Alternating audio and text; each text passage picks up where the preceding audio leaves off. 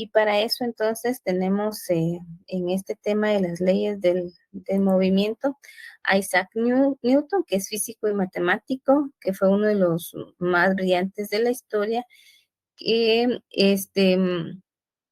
descubrió o formuló esos conceptos básicos de las leyes de la mecánica.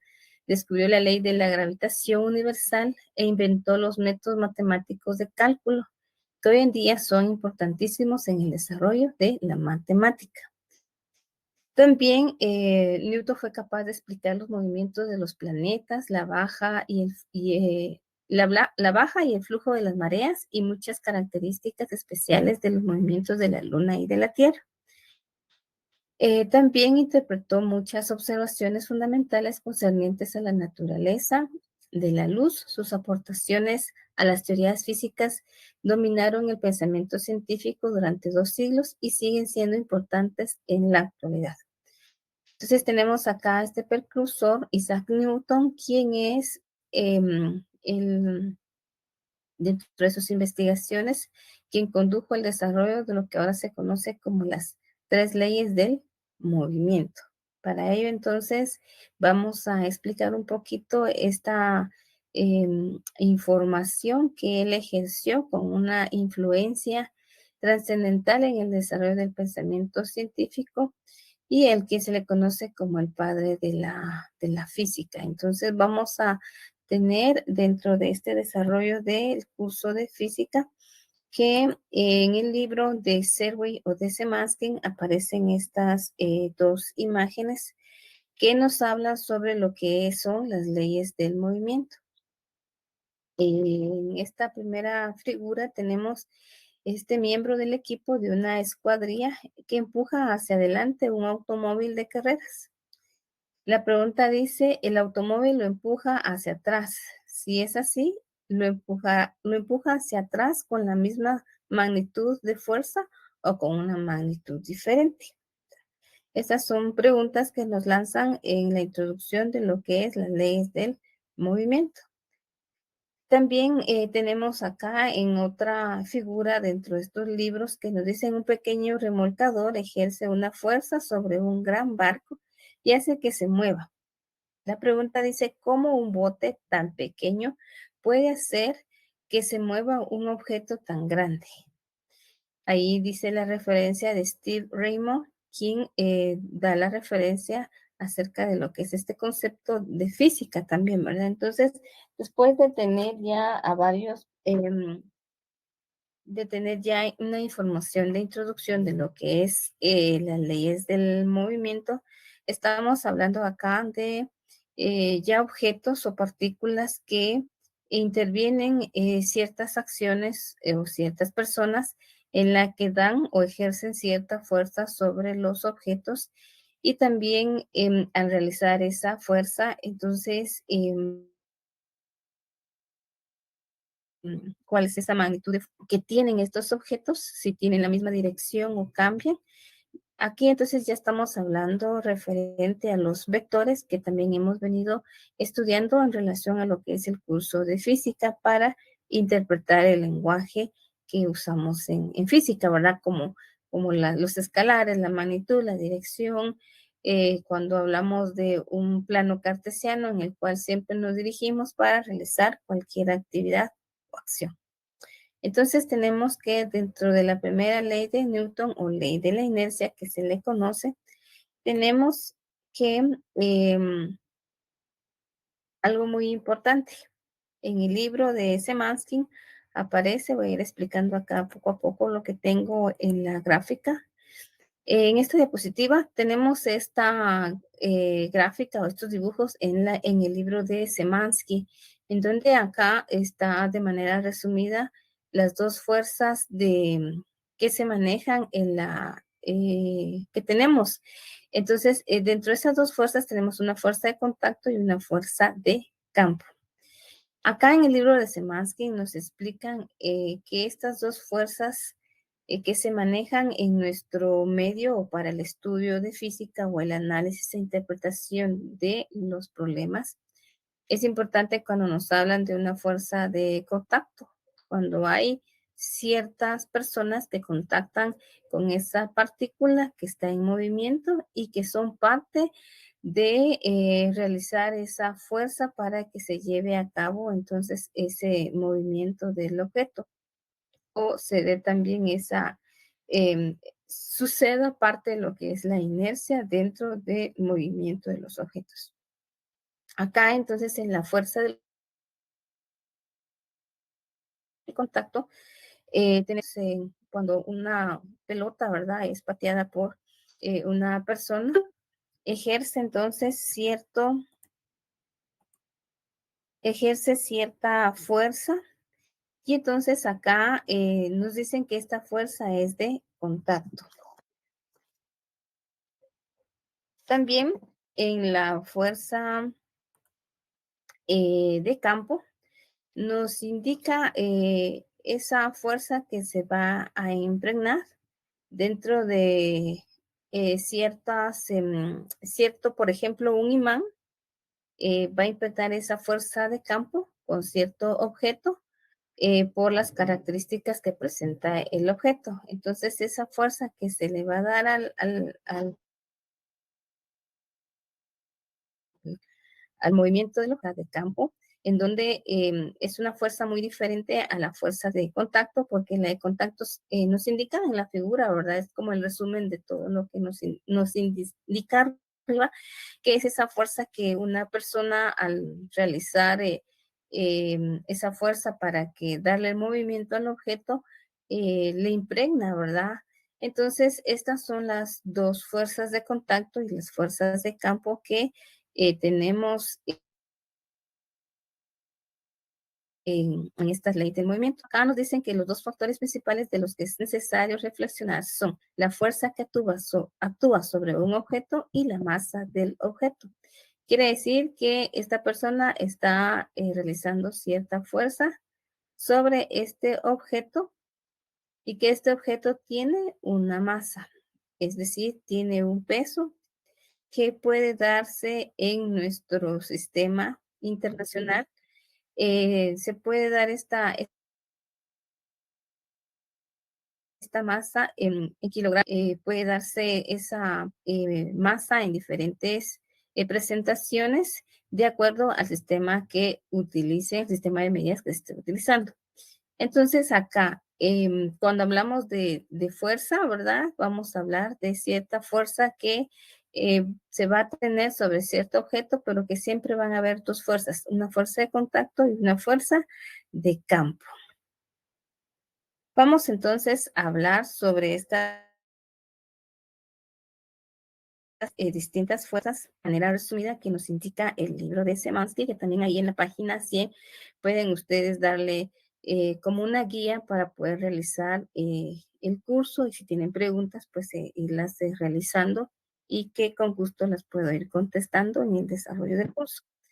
Para ello, entonces, tenemos que las leyes dentro de lo que es el movimiento tenemos una primera definición que viene de la Real Academia Española que nos indica que la fuerza es la causa capaz de modificar el estado de reposo o de movimiento de un cuerpo o de reformarlo.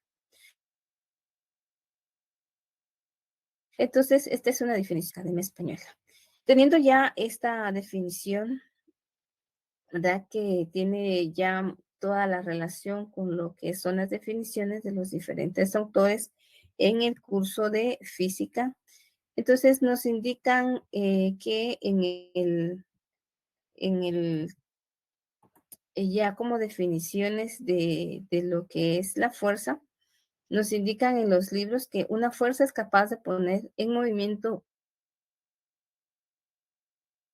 un objeto estacionario. Que si un objeto está acá, se le impregna un empujón, una fuerza, y al realizar esa fuerza, entonces ese objeto ya pasa a tener un movimiento.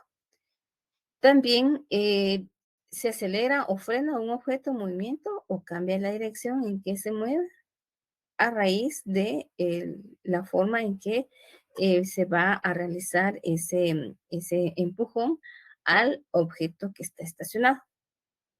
Un empujón o un tirón también va a tener cierta reacción en el movimiento del objeto estacionario con la fuerza que se le va a impregnar al realizar ese movimiento y que este movimiento o esta fuerza siempre va a estar relacionado a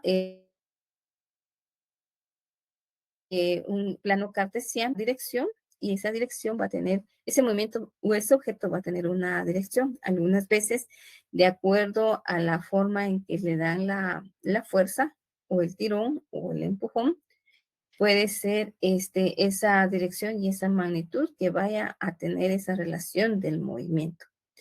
Entonces decimos que una definición más adecuada es que una fuerza es una interacción entre dos cuerpos o entre un cuerpo y su entorno. Por esta razón, vimos a la fuerza que un cuerpo ejerce sobre un segundo cuerpo. Es decir, acá, en esta pequeña figura, tenemos la relación del objeto que está ejerciendo dos cuerpos, ¿verdad? Dos cuerpos están ejerciendo una fuerza. Y entonces tenemos acá estos ejemplos como los ejemplos en la diapositiva anterior que está en el libro de Serway, que nos indican ese tipo de fuerzas que están en nuestro alrededor y que podemos dar para poner cierto objeto en movimiento o dejarlo, darle movimiento y estacionarlo o darle una dirección, darle un giro, darle una orientación, de acuerdo siempre con la dirección del plano cartesiano que manejamos. También entonces acá podemos ya ir resumiendo, ¿verdad? Lo que nos indica em, en el libro de Serwais, ¿verdad? Que tenemos ahí también habla sobre lo que es para las fuerzas también están ciertas fórmulas de ecuaciones que nos van a servir para sacar resultados acerca de lo que nos estén cuestionando para lo que es la primera ley y el concepto de fuerza y masa que vamos a utilizar siempre ciertas ecuaciones para poder entender este campo de las leyes del movimiento. Entonces tenemos acá que dentro de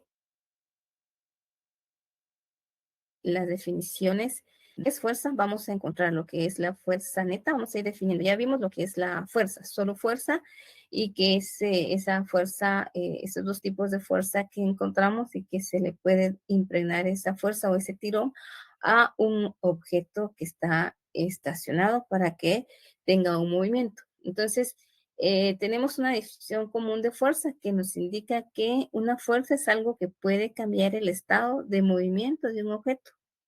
Y al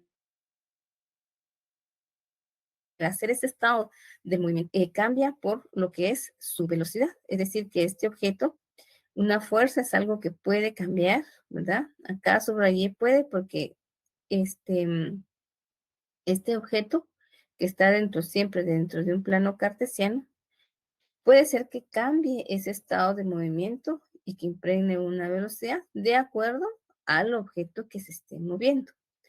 Para ello, entonces, dentro de esta fuerza, vamos a definir lo que es la fuerza neta, que es un efecto combinado. Acá les dejé la definición que dice que la fuerza neta es la suma vectorial o resultante de todas las fuerzas que actúan sobre un objeto o sistema. Entonces, acá en esta fuerza neta, vamos a marcar algunos aspectos importantes que nos van a servir tanto para analizar, para comprender por qué están en los libros algunas o algunas ecuaciones. Para empezar, tenemos que, como ya vimos lo que es la definición de fuerza y ahorita estamos viendo lo que es la fuerza neta, es importante que dentro de toda esta definición de fuerza siempre va a aparecer esta letra griega conocida como sigma. Esta letra se va a representar dentro de una F mayúscula con una flechita indicándonos esa sumatoria o esa letra griega sigma que va a ser esa sumatoria de las fuerzas individuales Y acá le colocamos la flechita porque significa que hay vectores, ¿verdad? Y cuando hay esta flechita, tiene esta F mayúscula, tiene una flechita acá, indica que eso es una suma vectorial de esas fuerzas que se están impregnando, que van a tener una dirección, una magnitud.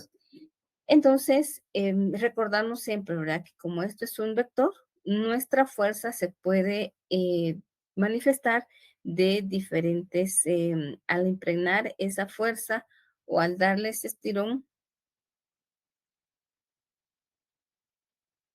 esa fuerza se puede manifestar, es dirección, magnitud, de acuerdo al movimiento que se le vaya a dar al empuje de esa partícula. Para eso entonces tenemos que la fuerza de neta va a ser la sumatoria de esas fuerzas individuales, es decir, que al momento de impregnarle una fuerza neta a esos objetos, vamos a tener una fuerza, esa sumatoria de fuerzas van a ser la sumatoria de la fuerza 1 más la fuerza 2 más la fuerza 3 más la fuerza 4 hasta el infinito, es decir, hasta las fuerzas que se les estén aplicando al objeto que están moviendo. En este caso, acá, por ejemplo, tenemos este sofá siempre dentro de un plano cartesiano. Si nos damos cuenta acá, este es un plano cartesiano. Tenemos esa fuerza neta, que es un efecto combinado dentro de dos personas que se le está realizando un movimiento con un estirón y con un empujón, y que de esta manera, entonces, ese movimiento puede cambiar el estado de movimiento de este objeto, en este caso de este sofá, y dentro de las dos fuerzas poderle impregnar una velocidad. Hay casos contrarios de acuerdo al objeto que se esté moviendo, que sea un vehículo, por ejemplo, ¿verdad? Que tuvo un desperfecto y está al volante una persona que está tratando de arrancarlo y la otra persona que le está dando un empuje. Cuando este carro que está como parado, y al momento de que logra tener ambas personas, si logra tener ese arranque, pues va a tener una velocidad, ¿verdad? Entonces a esto es lo que se le conoce como esa fuerza neta de los objetos que están en reposo y que va a tener cierto movimiento. Muy bien, si tienen alguna duda, algún comentario, lo pueden hacer en el chat. Voy a estar siempre revisando para poder contestar. También, como les decía al inicio, pueden darle seguimiento a la lectura.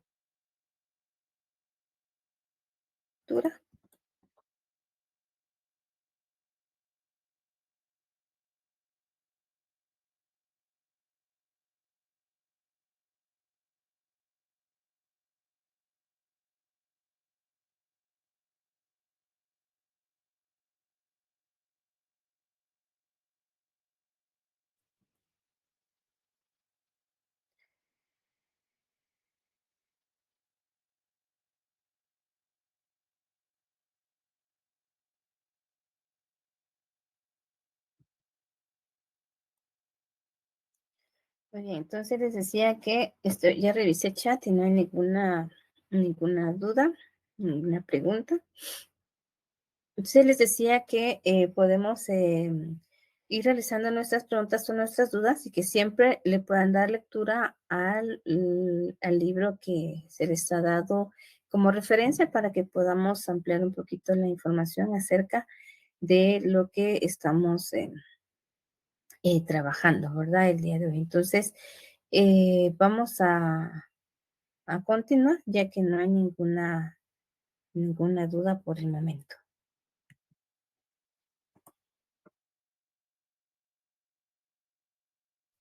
Entonces aquí estamos viendo fuerza y estamos viendo lo que es la fuerza neta. Igual aquí les dejo la información para que ustedes puedan tener esa brevedad, el resumen de lo que es la fuerza neta, juntamente con cómo es que se dan esos signos, ¿verdad? O qué significan dentro del libro, ¿verdad? Porque aparece. Vamos a ver ahora entonces, vamos a hablar un poquito sobre la fuerza no equilibrada. Y para eso entonces vamos a tener acá dos figuras de las cuales nos vamos a basar para poder explicar un poquito el concepto de lo que es fuerza no equilibrada. Entonces siempre en el libro de Serwitz o de Szymanski nos habla un poquito sobre lo que es la fuerza no equilibrada, en donde nos indica que esa fuerza no equilibrada vamos a tener acá siempre dentro de un plano cartesiano en la cual se mueven los objetos, en la que una fuerza F1 va a ser menor a una fuerza F2 que se le está impregnando a cierto objeto. Y que de acuerdo a esto, la aceleración va a tener siempre una orientación. Como lo vemos acá en esta figura, tenemos una fuerza 1 y una fuerza 2. La fuerza neta va a ser igual a la sumatoria de la fuerza 2 menos la fuerza 1, que va a ser igual a esto. Indica por qué menos, porque las orientaciones, si nos damos cuenta, la orientación de la fuerza 2 va hacia el eje, está sobre el eje X dentro de un plano cartesiano que se considera dentro de los positivos. Y la fuerza F1 está dentro de la fuerza negativa dentro de un plano cartesiano, ¿verdad? Aquí podemos dibujarnos o imaginarnos un plano cartesiano, es por eso entonces que acá se nos da esta fuerza, en la fuerza neta que estábamos hablando, que es la sumatoria, es de acuerdo a la sumatoria vectorial de las diferentes fuerzas que se estén dando, es decir, en el ejemplo anterior hablábamos de una fuerza que se esté dando en cierta dirección, ¿verdad? Con cierta orientación y que esta fuerza nos va a permitir formar nos va a permitir sumar esas fuerzas hacia donde se dirige esa partícula y entonces acá también va dentro de un plano cartesiano con una orientación, pero a una dirección. En este caso estamos hablando de dos fuerzas que se conocen como no equilibradas. Entonces acá vamos a tener que, por ejemplo, si aquí tuviera una fuerza de 3 newtons, una fuerza neta de 3 y acá estamos hablando de una fuerza de 7. En este caso, la fuerza neta va a ser igual a la sumatoria de la fuerza 2 menos la fuerza 1. En este caso, que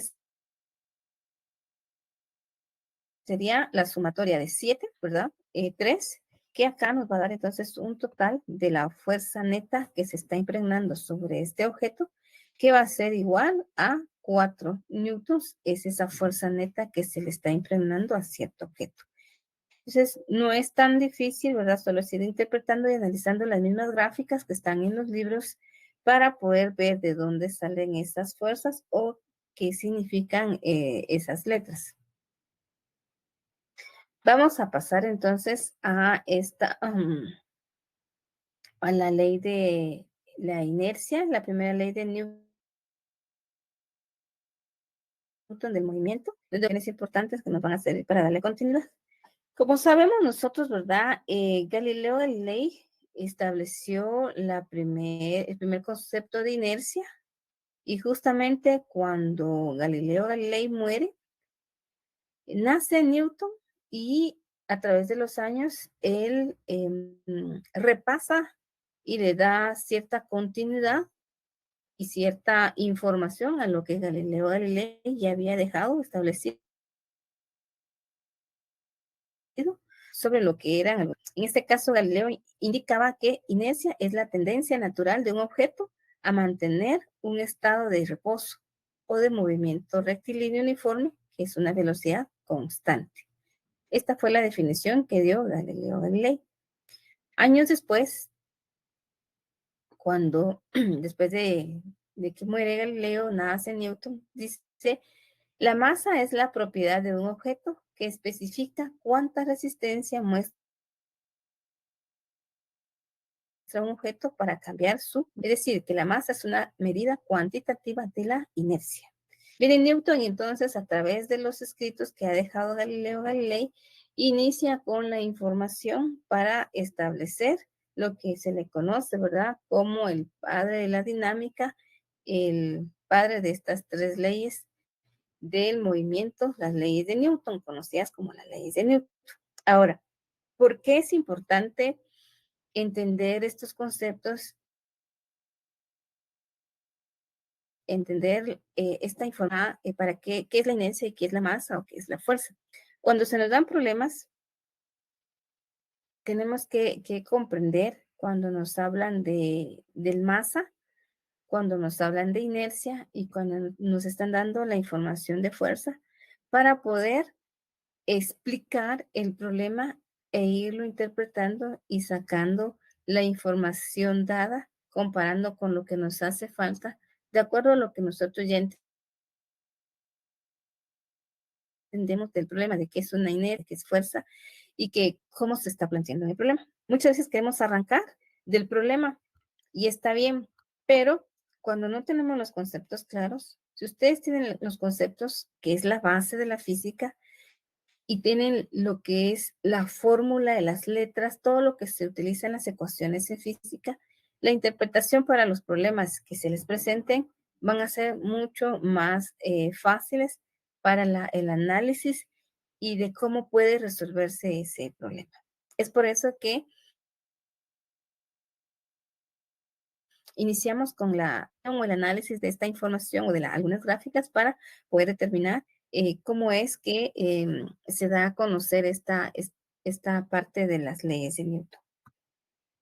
Entonces tenemos acá que ya conceptos, ¿verdad?, acerca de lo que es también inercia y la primera ley del Newton, la primera ley del movimiento de Newton, dentro de los diferentes autores que al final, pues, podemos decir que son las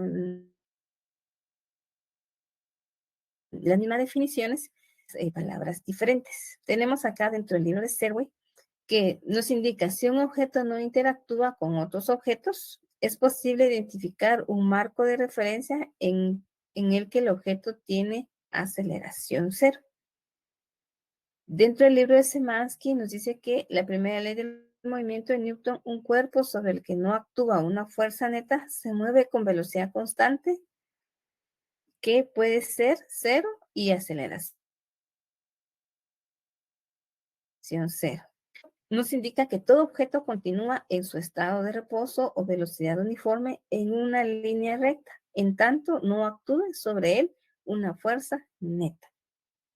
Acá entonces nosotros vamos a tener dentro de la primera ley de Newton, en resumen, la fórmula que inicia con la letra sigma, como que fuera una letra E, se le conoce como la letra sigma, representada con una F mayúscula, con una flechita sobre la F, que es una fórmula matemática que va a responder a la ley de Newton. Cuando dice que un cuerpo va a permanecer en reposo en movimiento lineal uniforme siempre que la suma de las fuerzas que actúan sobre él sea cero. Para ello, entonces, es necesario comprender las fórmulas, comprender los conceptos para poder realizar o desarrollar los distintos problemas que se nos vayan a presentar. Entonces, dentro de la ley de Newton, podemos decir que cuando un conductor en un automóvil frena, que este es un ejemplo clásico, ¿verdad? Que cuando un conductor de un automóvil frena de manera brusca y por inercia sale disparado hacia adelante, ¿verdad? Esa es una forma de describir la primera ley de Newton. Luego hablamos sobre, por ejemplo, también una piedra en el suelo que se encuentra en estado de reposo. Si nada la perturba, seguirá en reposo, es decir, si nadie la mueve, si continúa ahí, ese objeto va a continuar en reposo. Entonces, para esto, cuando hablamos de esas primeras leyes, la primera ley de Newton, estamos hablando de esa fuerza que se da dentro de esos dos campos, la fuerza de contacto y la fuerza de campo.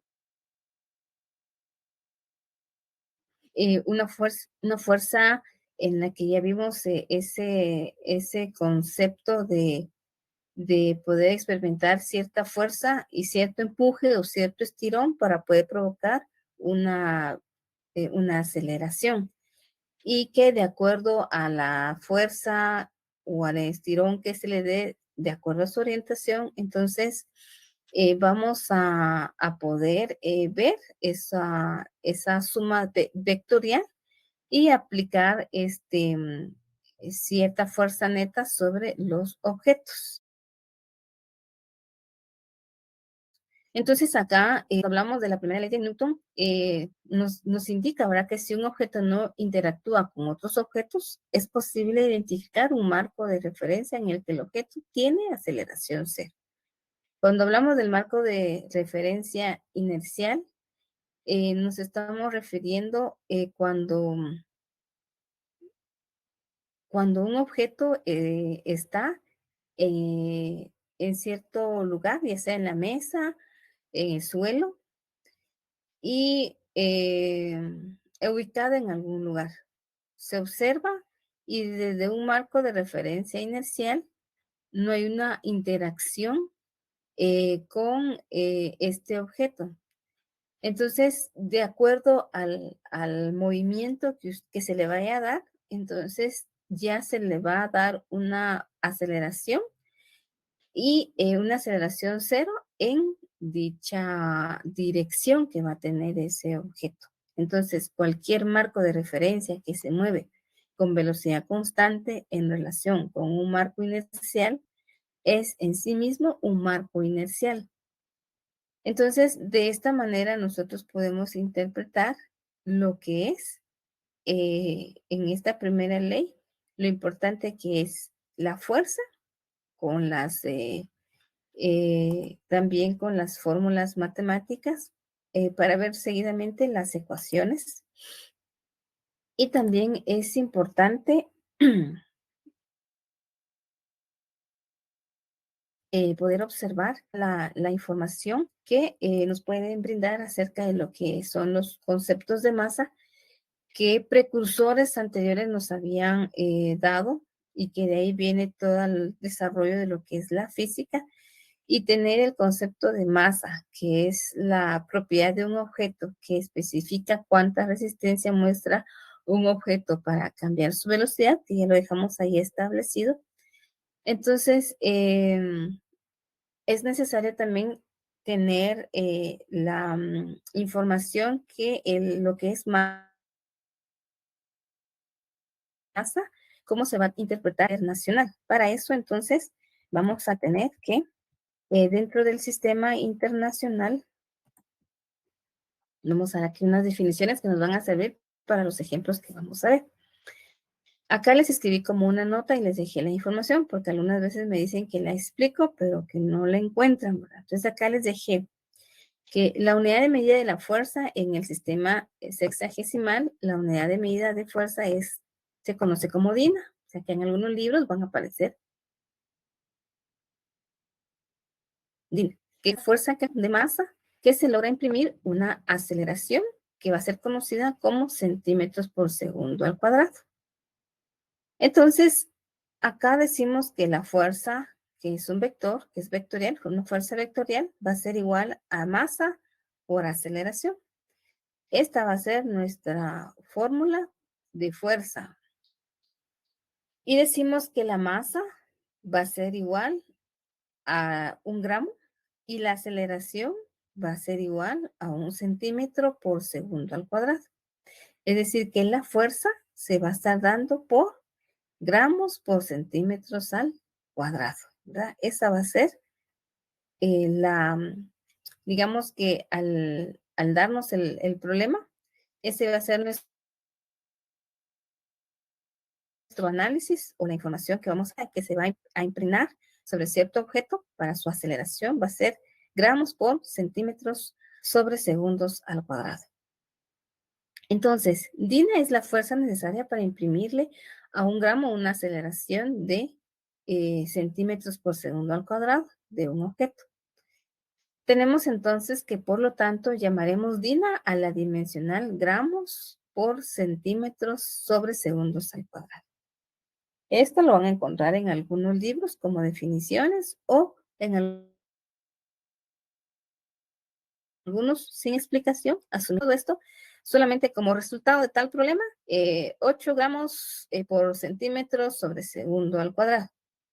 Cuando hablamos de esto, entonces, estamos hablando de DINA, que es así la fuerza en el sistema sexagesimal. Y en el sistema internacional, la unidad de fuerza es el newton. Un newton es la fuerza necesaria para imprimirle 1 kilogramo de masa a una aceleración de 1 metro por segundo. Entonces, al dar los resultados en algunos libros, aparecen los problemas ya resueltos y nos indican que son 8 kilogramos por metro sobre segundo al cuadrado. Y esta información es porque está dada en el sistema internacional como una unidad de fuerza representada en newtons como kilogramos por metros sobre segundos al cuadrado, ¿verdad? Esta es la información tanto de DINA como de newtons. En algunos libros se han tomado la molestia y han desarrollado los resultados de los problemas en dinas y de dina los pasan a newtons o de newtons a dinas, ¿verdad? Entonces aquí ya solo va a ser la conversión de lo que estamos hablando, ¿verdad? De acuerdo a cómo lo soliciten también algunos problemas, algunas información. Entonces es importante conocerla para poder arrancar de la información que cuando ya se presenten problemas que vamos a ver más adelante o hasta donde nos dé el tiempo. Pero sí es importante que ustedes tengan presente, ¿verdad? El sistema de unidades. Vamos a ver entonces, si tienen alguna pregunta, alguna duda, las pueden ir consultando y con gusto vamos a ir resolviendo.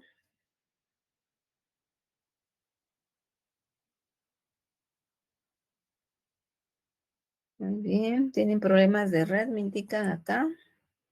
Les voy a compartir las diapositivas. Al terminar el curso, se los voy a compartir con gusto. Bueno,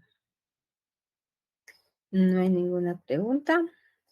Cuando algunas veces, después de terminar el curso o la presentación de la clase, muchas veces hay preguntas. Entonces, yo trato de irlas respondiendo, pero vayan siempre con la lectura para que podamos, si tienen dudas, irlas realizando de una vez en la presentación de la clase. Vamos a tener aquí un ejemplo bastante sencillo para poder trabajarlo. Y dice, en el sistema internacional, la unidad de fuerza es el pound. Aquí tengo otra definición antes de entrar al problema. En el sistema internacional, la unidad de fuerza es el pound, que es la fuerza que actúa sobre una libra. Masa le imprime una aceleración conocida como pie sobre segundo.